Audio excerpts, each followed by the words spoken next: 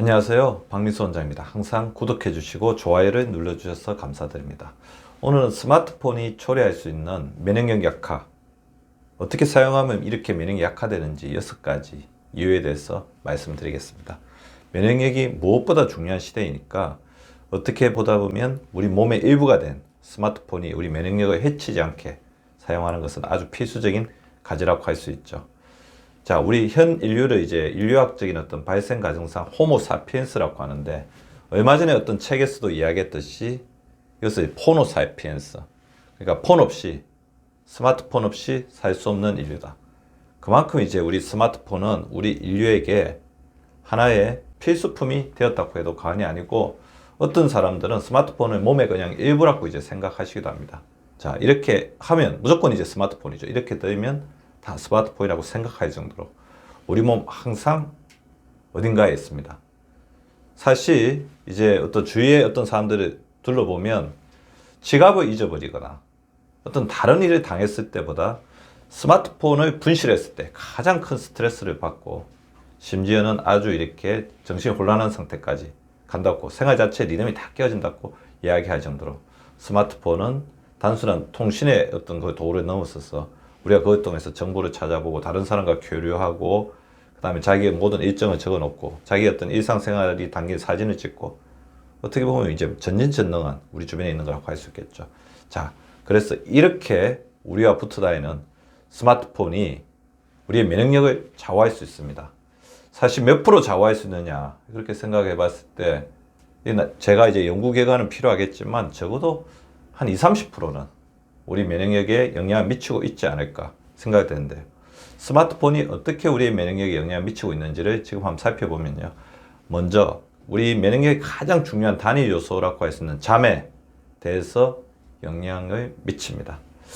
제가 병원에서 치료하면서 가장 이렇게 환자분도 힘들어하고 저도 치료하면서 굉장히 주의를 많이 기울이는 어떤 질병 중에 하나가 불면증인데, 최근에 이제 환자분들을 살펴보면 스마트폰을 보다가 그냥 수면해야 될 시간을 놓쳐버리고, 그래서 불면증의 시초가 되신 분들이 굉장히 많습니다. 그러니까 스마트폰을 볼 것이냐 잠을 잘 것이냐 갈림길에서 스마트폰을 선택하시는 분이 많고, 그렇지 않더라도 그냥 스마트폰을 보다 보니까 어느새 그냥 시간이 지나버린 경우가 많죠. 그리고 우리가 수면 위생을 할 때, 수면 위생은 뭐냐면 잠자리 위생이라고 합니다. 잠자리 환경을 어떻게 하는가인데, 잠자리 환경에서 가장 중요한 것 중에 하나가 불필요한 요소, 잠을 자는 데 있어서 가장 중요한 요소인 뭐 침대라든지 베개 정도 빼고는 다 이렇게 치우라고 하는데, 그 수면 위생에서 가장 큰 난간 스마트폰이거든요. 스마트폰이 항상 살펴보면 우리 침실, 침대 주변에 있죠. 이것 자체가 쾌적한 잠, 그 다음에 질이 좋은 잠을 자는데 방해가 된다는 거죠. 그리고 자다가 일어났을 때 자기도 모르게 스마트폰을 들여다봅니다. 시간을 보시는 분도 있지만 그 사이에 톡이 오진 않았는지, 자기가 어제 눈여겨본 어떤 뉴스라든지 이런 게 어떻게 되어 있는지, 그래서 자기가 습관적으로 들어간 앱이라든지 그런 걸 보면서 그러다 보면 어떻게 됩니까? 다시 잠을 자기가 힘들어지죠. 수면의 어떤 질을 떨어뜨리는데 스마트폰의 잘못된 사용이 굉장히 큰 영향을 미칩니다. 그리고 머리맡에 스마트폰은 그거 외에 끊임없이 이제 거기서 블루라이트가 새어나오는데요. 스마트폰에 새어나오는 불빛 때문에 두 가지 문제가 있죠. 숙면을 방해합니다. 이 불빛 자체, 제가 항상 말씀드리죠. 밤에 잠을 잘 때 가장 완벽하게 차단해야 될 게 두 가지죠. 빛과 소음입니다. 근데 스마트폰의 빛 자체가 끊임없이 우리 머리맡에 있으면 여기에 있는 이제 대뇌에 있는 특히 특정 부위를 자극해서 깊은 잠을 자게 하는 것을 방해하고, 그 다음에 멜라토닌이 생성되는 것을 방해합니다. 깊은 잠을 자지 못하면 깊은 잠을 잘 때 많이 분비되는 성장 호르몬의 분비가 떨어지고요. 그 다음에 가장 강력한 항산화 호르몬이자 생체 리듬 호르몬이라고 할 수 있는 멜라토닌 같은 경우에는 낮에 햇빛을 받았을 때 생성이 되었다가 밤에 잠을 잘 때 빛이 완벽하게 제거되었을 때 송과샘에서 분비가 되는데, 우리 머리맡에 계속해서 스마트폰에서 블루라이트가 나오고 있다면 깊은 잠을 자는데 방해를 받을 수밖에 없죠. 따라서 우리 잠자리, 적어도 이제 머리맡에서는 스마트폰을 멀리해서 저 옆에 두는 것이 굉장히 중요하다고 말씀을 드리고 있고요. 두 번째, 접촉 면역력입니다. 자, 휴대폰 보세요. 휴대폰은 손에 있죠. 근데 우리 손에는 수많은 이물질이나 세균이나 바이러스를 만질 수 있는데, 스마트폰을 가지고 이렇게 얼굴에 대면서, 이 스마트폰은 어떻게 보면 손과 얼굴, 그 다음에 우리가 손에서 묻혀온 것들 스마트폰에 계속해서 만지면서 잘 관리를 하지 못했을 때는 세균과 바이러스의 온상, 매개체적인 역할을 할 수가 있다는 것입니다.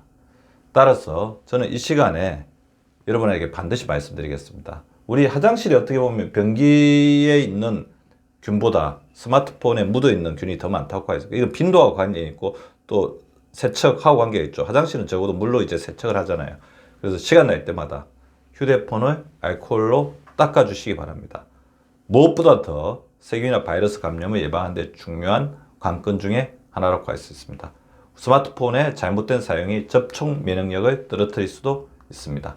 전자파 면역력, 이건 뭐 다 알고 계시고 이 부분에 대해서는 앞으로 연구가 더 많이 진행이 돼야 되겠습니다. 그래서 전자파를 너무 오래 노출하면 두경부 쪽에 전자파가 오면서 여러 가지 문제를 일으킬 수가 있죠. 그래서 어떻게 휴대폰을 도는 게 좋으냐, 가급적 떨어뜨려 가지고 들고, 그 다음에 적어도 이제 각도 같은 경우에도 이렇게 많은 연구가 나와 있습니다. 그래서 오랜 시간 이렇게 너무 접촉하지 않는 게 중요하고요. 될 수 있으면 뭐 이어폰을 사용해서 듣는 거, 그 다음에 이어폰 요새 블루투스로 연결하잖아요, 그죠? 아니면 이제 통화를 하더라도 좀 이렇게 자기가 잘 들린다고 한다면 가급적 떼서 이제 전자파와의 접촉거리 줄인 게 이제 중요할 것 같고요. 그 다음에 또 스마트폰을 너무 오랫동안 이렇게 쳐다보게 되면 안구 건조증이 발생하게 됩니다. 제가 스마트폰을 보는 사람들 이렇게 유심히 이렇게 들여다보면 눈을 깜짝거리지 않아요. 우리가 눈을 깜빡거리지도 않고 계속해서 이렇게 고정된 자세로 하기 때문에 안구 건조증도 생기고 시력도 저하될 수가 있습니다. 그래서 스마트폰을 어느 시간 이상 보면 반드시 눈을 이렇게 딴 곳을 보면서 이렇게 눈의 피로를 풀어주고 눈을 깜빡이면서 이렇게 안구 건조증이 걸리지 않도록 이렇게 노력해 주십시오. 안구 건조증은 어떻게 보면 현대인의 가장 빈발하는 새로운 현대인의 어떤 문명병 중에 하나라고 볼 수 있습니다. 그럼 자세 면역력인데요. 자, 스마트폰 보시는 분들 보면 아래로 경직된 자세로 이제 계속해서 오랫동안 주시하고 계시죠. 아무래도 이제 재밌는 내용이 많고 집중해서 친구들과 이제 지인들과 SNS 하다 보면 오랜 시간 동안 이 자세로 있게 되는데, 그렇게 되면 일자목, 어깨 경직, 그 다음에 척추의 변형까지 일으킬 수가 있기 때문에 이런 부분 자체가 우리 몸의 균형을 떨어뜨리고 혈액순환을 방해하는, 혈액순환을 저해하는 그런 작용을 할 수 있습니다. 따라서 이제 스마트폰을 볼 때는 항상 이렇게 자세 변화, 그 제가 가장 안 좋게 이야기하는 자세가 뭡니까? 한 자세죠. 한 자세로 오래 있는 거죠. 자세 변화를 자주 이렇게 가질 수 있도록 하는 게 좋을 것 같고, 가끔은 이렇게 너무 집중하지 말고 한번 호주머니에 다시 넣었다가 다른 어떤 일을 하고 이제 다시 리프레시를 하고 다시 스마트폰을 보고, 그런 것들이 필요할 것 같습니다. 스마트폰도 사실은 가장 강력한 중독적인 어떤 매개체 중에 하나이죠. 그리고 이제 운동 면역력입니다. 사실 현대인들의 어떤 운동량과 활동량은 갈수록 이제 떨어져 있는데요. 사실 이전에는 이제 운동하는 것이 습관이 안 되었다, 이렇게 걷는 거, 활동량의 어떤 습관이 안 되었다, 이렇게 단순하게 볼 수가 있었는데, 요즘에 잘 살펴보면 스마트폰을 하는 시간, TV를 보는 시간이 늘어나면 늘어날수록 운동량과 활동량이 줄어듭니다. 따라서 머리는 쓰고 몸은 쓰지 않는 자연과 멀어지는 생활 습관이 된다는 거죠. 그래서 스마트폰을 너무 오랫동안 집착해서 사용하게 되면 자연스럽게 운동량과 활동량이 줄어들기 때문에 우리 몸의 건강 면역력이 떨어질 수밖에 없습니다. 자, 감정 면역력인데요. 사실 이 부분이 저는 이제 가장 이제 중요하다고 생각합니다. 우리나라 사람들은 되게 관계 중심주의적이고, 그래서 우리나라처럼 이렇게 SNS가 이렇게 활발하게 발전한 나라가 없죠. 이제 메신저 또 앱 같은 경우가 굉장히 이제 발달을 했는데요. 자, 우리 메신저 같은 경우는 이제 깔아놓게 되면 끊임없이 알람이 울리죠. 그래서 일상생활에 관심이 그걸로 갈 수밖에 없습니다. 왜냐면 대부분 이제 알람을 설정해 놓은 것은 중요한 이제 단체 톡방이거나 아니면 그 중요하게 이제 연락을 받아야 되는 사람인데, 자기가 어떤 일을 하다가도 톡이 오면 또 그쪽으로 가야 되기 때문에 항상 해서 그쪽이 긴장할 수밖에 없으니까 교감신경계가 올라가 있죠. 또 우리가 이제 스마트폰을 가지고 많이 하는 게 SNS인데요. SNS에서는 물론 자기에게 좋아하는 이제 걸, 자기를 기쁘게 하는 것도 있지만 항상 보면 신경 쓰일 수밖에 없는 거예요.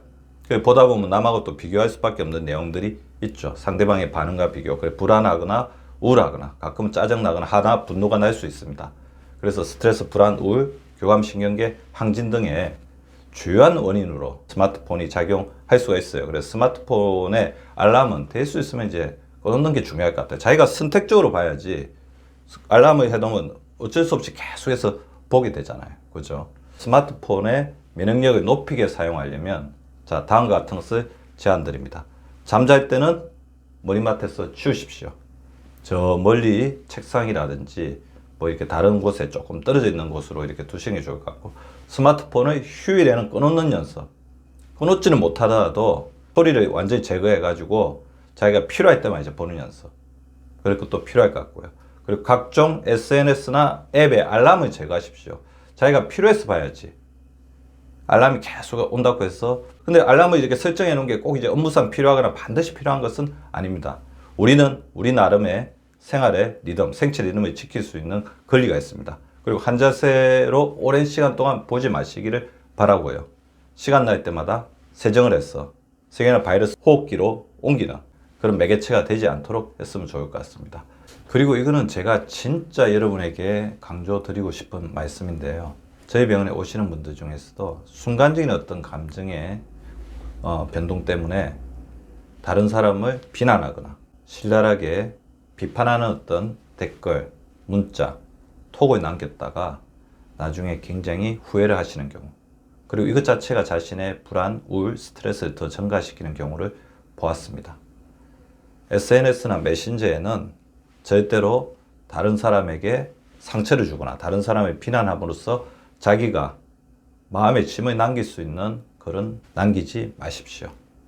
만나서 이야기를 하는 게 좋겠죠. 만나서 이야기하지 못할 사이라면 그냥 무시하는 게 좋습니다. 사업상의 이야기가 아니라면 상대방에게 절대로 비난하거나 비판, 힐난하면서 자신을 괴롭게 하는 글을 남기지 않는 것이 여러분의 면역력을 살리는 길입니다. 자, 면역력 살리는 스마트폰 사용법 반드시 명심하시고 함께 건강해지시기 바랍니다. 감사합니다. 구독과 좋아요는 박미수 박사 TV를 지속시키는 생명력입니다. 많이 구독해 주시고 좋아요를 눌러 주시기 바랍니다. 항상 감사드립니다.